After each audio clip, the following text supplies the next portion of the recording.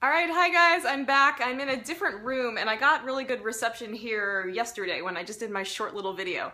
So hopefully this works, and if it doesn't, I'm sorry, I will come back and I'll answer comments. And yeah, hopefully this doesn't happen again. I don't know, I guess it's my internet and maybe Facebook is overloaded. I'm not sure how that works.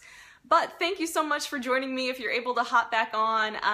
As I was saying in the previous video, we are going to talk about what you should order when you're eating out at a Mexican restaurant. So I was doing this for a client, a customized version of this, and I thought it would be really cool to give some general guidelines on things to order and things to look for if you are at a Mexican restaurant. And if you don't love Mexican food, I think you can still get a lot out of these tips. There'll be some general things and how to read a menu and how to approach it so that you can get the best experience at any restaurant really. But we'll see if this works well and if you like it, and maybe we can do more videos like this or this similar type of format, okay? So thanks so much for watching. If you're watching the replay, definitely leave a comment and I will come back and answer your question. Sorry, I just moved the tripod, so that was the shaky. All right, it looks like our video is strong. Thank goodness. Come on, Facebook. Okay.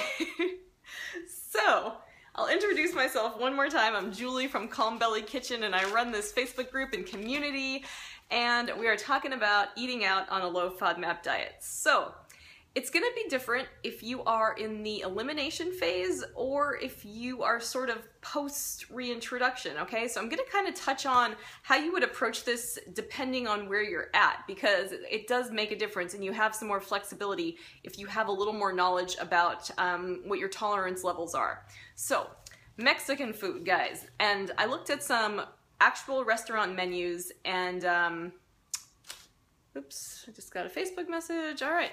I looked at some real restaurant menus and some of the ones that I actually go to in my neighborhood to kind of get real examples and see, you know, what typical stuff you're gonna find.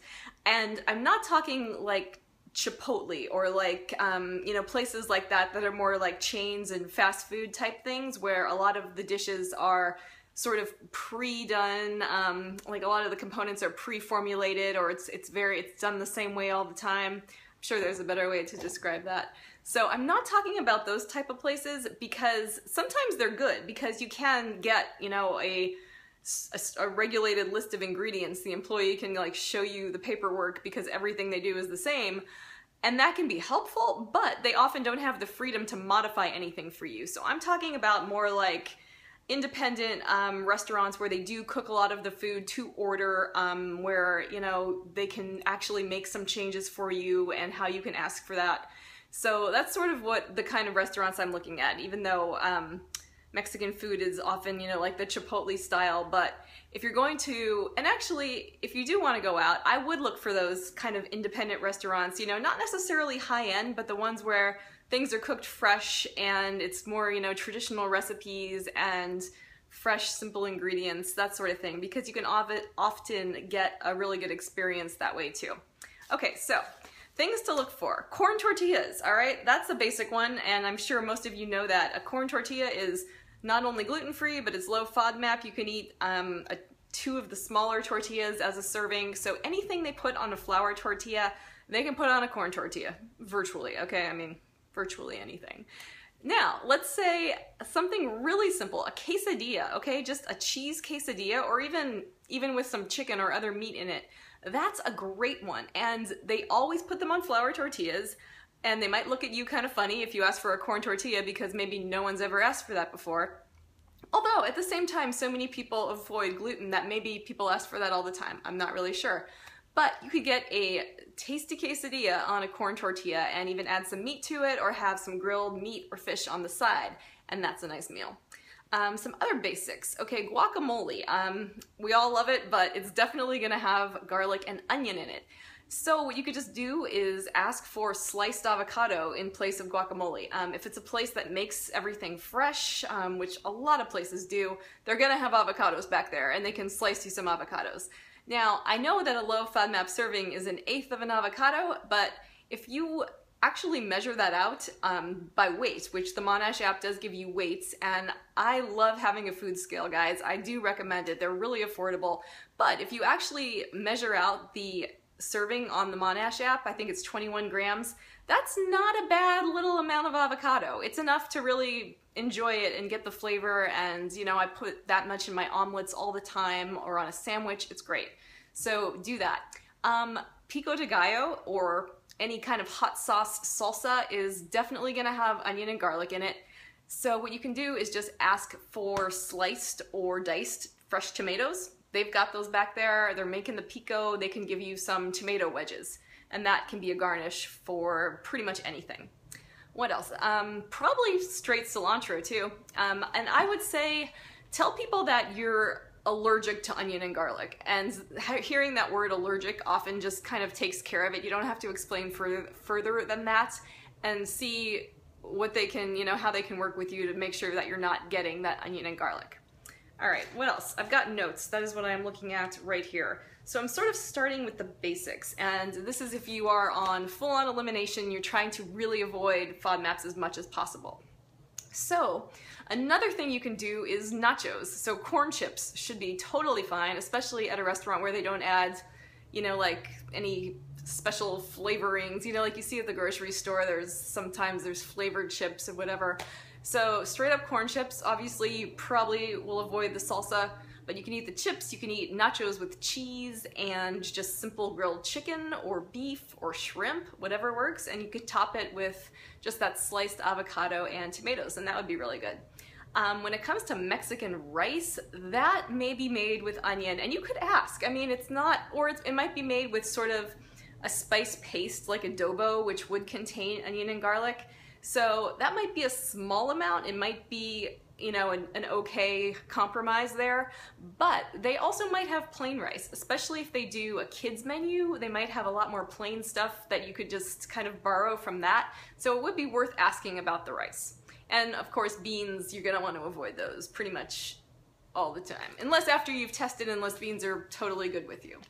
Okay, so if you're just joining me, we're talking about what you would order at a Mexican restaurant, and I'm gonna try to do more of these videos on how you can eat out and still actually have an enjoyable experience and eat either in the elimination phase or when you're just kind of post FODMAP, post reintroduction, and you're still sort of, you know, balancing it for yourself and for your own needs. Okay, so we are going over some basics. If you're in elimination, you can eat most cheeses. So if it's queso fresco, I've looked at, you know, the nutrition facts on that. I think I just heard thunder. I think that's what that was if you heard it. Queso fresco has no sugar, which means no lactose. Lactose is a sugar. That's the FODMAP that you're trying to avoid. So that's one you see a lot. If it's just cheddar or Monterey Jack cheese, that should be absolutely fine for low FODMAP. Those cheeses are very low lactose. Or if they use something really authentic like añejo, which is delicious, that I believe that actually means aged. So aged cheese is very good. So you're good on cheese. And even like a chili con queso or a queso dip, you can ask, and they may, if they can tell you if it has onion in it, but it probably doesn't. It might be okay. You might ask how it's made, and if it's very highly processed, or if they make it kind of themselves, that might be something that you could actually eat, because most cheeses are low lactose. Okay, what else have we got?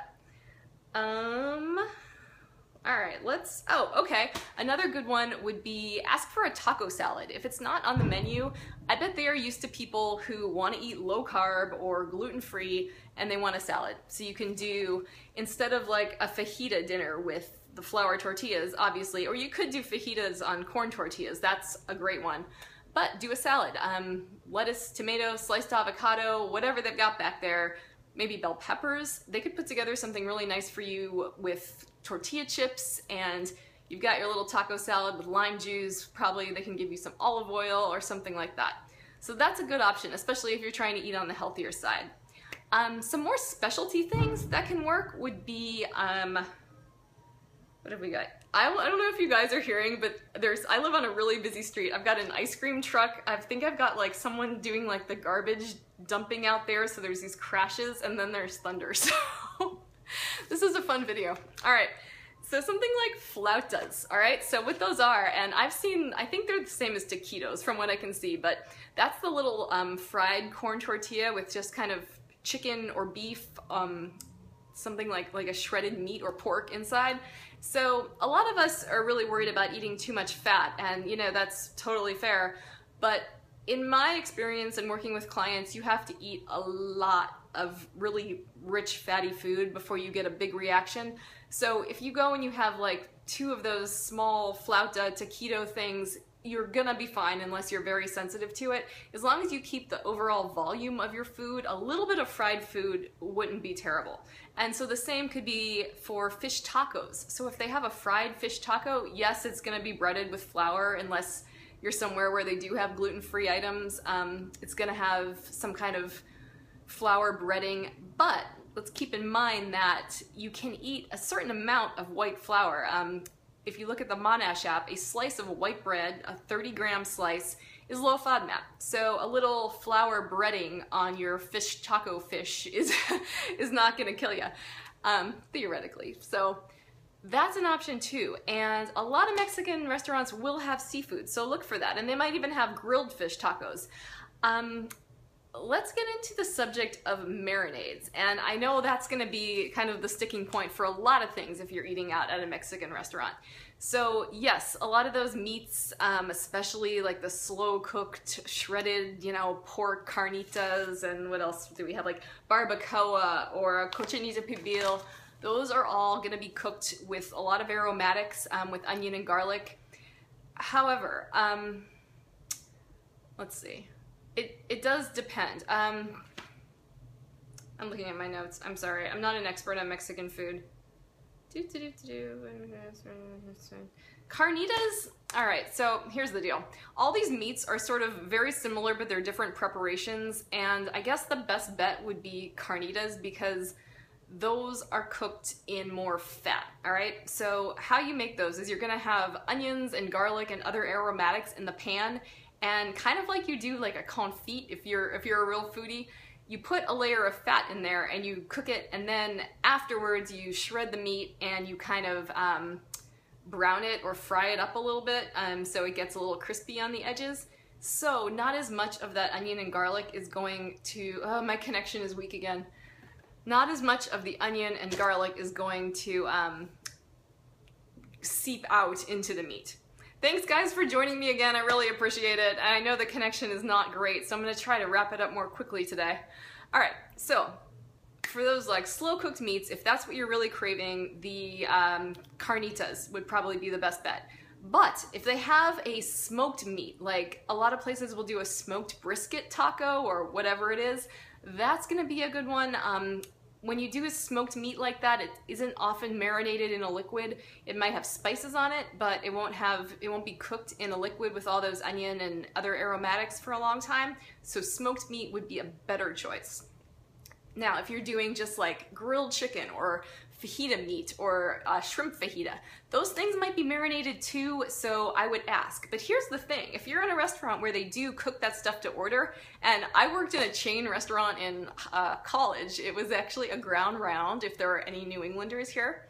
So we served a lot of fajitas, and every single one was cooked to order. The meat, whether it was chicken, steak, or shrimp.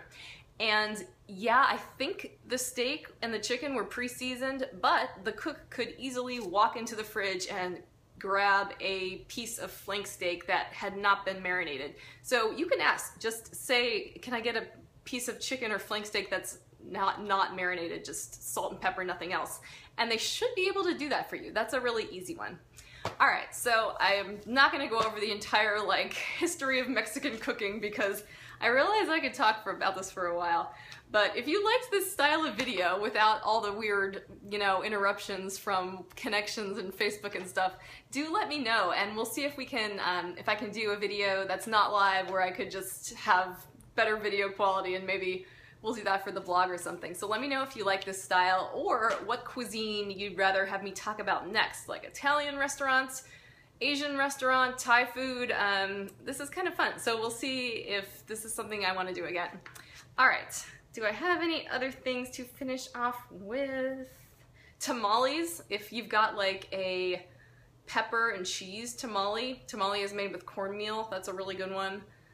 What else? What else? What else? Okay, I think I covered it.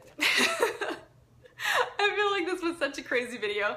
Hi Tennille, Italian food. Okay, thank you for the suggestion. That's a good one. I want to do that one. All right, thanks everyone for joining me, and thank you if you are watching the replay. Leave your questions in the comments, and I will talk to you soon. Bye.